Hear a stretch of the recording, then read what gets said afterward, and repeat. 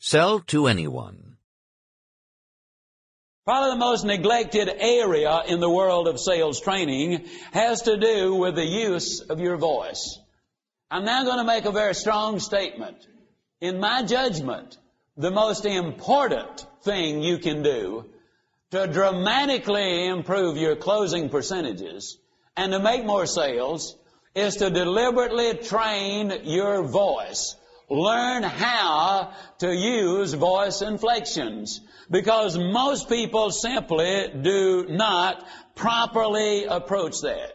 A lot of people learn the other things, but for whatever reason, they learn how to use their voice by accident. Strong statement to make now. If you do not have your own cassette player recorder, you, my friend, are not in the world of selling yet. Or at least you're not deadly serious about becoming as much as you can become. You absolutely must get a good cassette recorder. You must record your presentation. Now, I know a lot of times people say, well, Zig, I don't sound on tape as I sound in person. Well, I got news for you. You do. Now, there might be a little distortion, but basically you sound exactly the same in person as you do on tape. Now, the reason for the apparent distortion is this. A couple of years ago, my wife had an operation on her ear. I was talking with a surgeon about this very subject, and I said, why does it sound different, your voice, when you record it as versus when you're talking? He said, very simple. When you listen to what you say as you talk, the primary source of sound is coming through bone.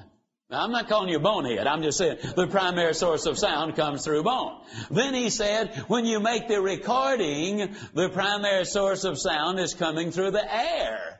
And that's why it makes the difference. You need to record your presentation. It would be ideal if it could be in front of a live prospect.